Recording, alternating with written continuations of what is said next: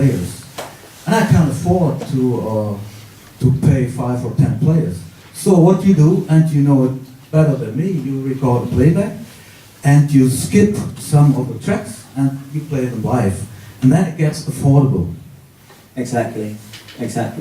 And of course the main part here is you skip some of the tracks which you play live instead of, we won't mention any names, but there have been 1 or 2 acts in the history of electronic music who just pretended. Well, let's not get into that. I don't know, you know, I really not agree. Because the main idea of playing electronic music is to cut out the interpreter. You know, Pierre Schaeffer and all these guys, they wanted to compose for magnetophone. It was just a composition for the reproduction of sound. So it's quite a tricky thought to say they are pretenders. I think in the end, it's the music what counts.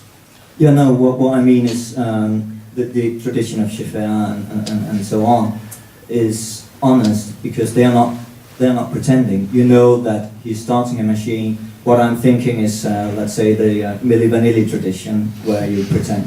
There's a difference there, I would say. Yeah, I know what you mean. Yeah.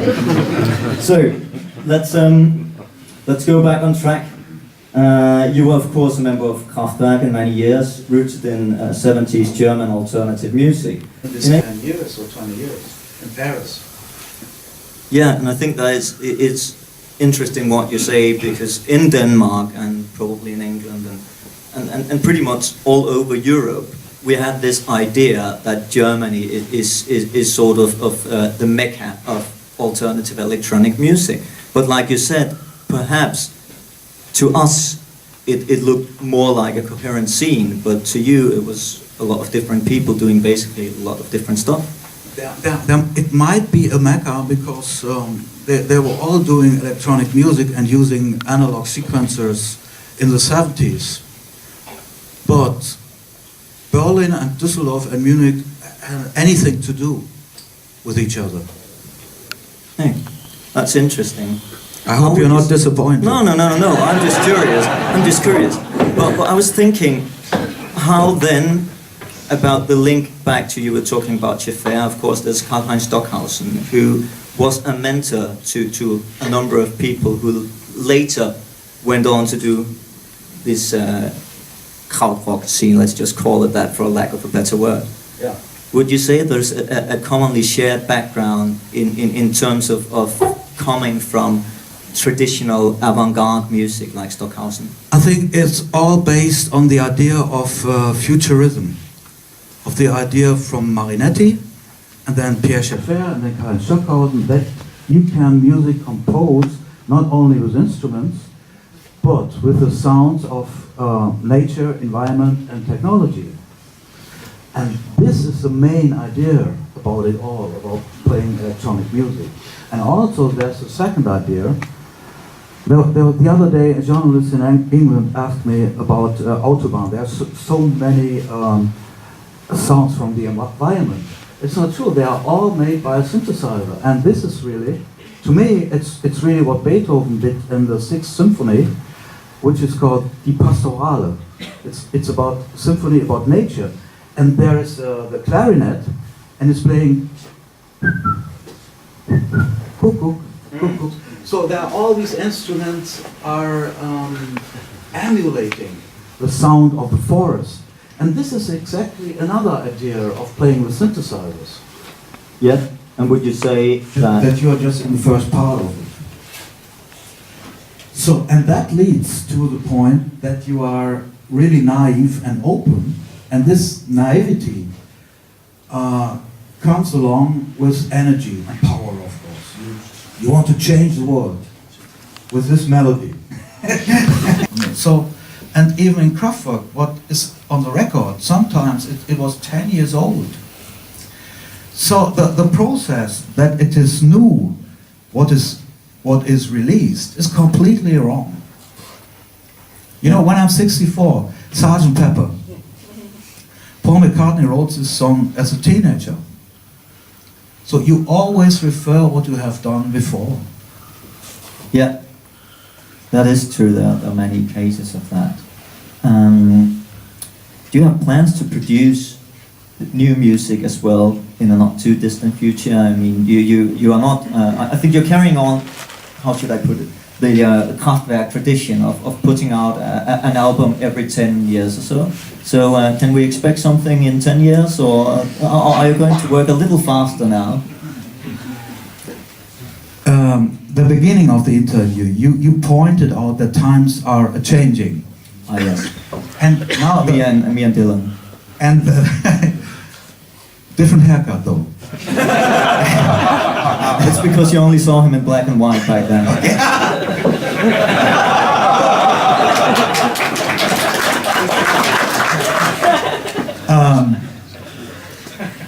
No. Nowadays, you come up with the idea of a tour. We can play, for instance, Scandinavia 10 gigs, or England, Scandinavia, Spain, or Germany, and then you have 20, 30 gigs, and then you make a record for this tour. It's just which I did by myself. So you consider it as a movie? In a way, yeah. Episodes. But not like a narrative movie in a traditional. What's a narrative? Like telling a story where you narrative.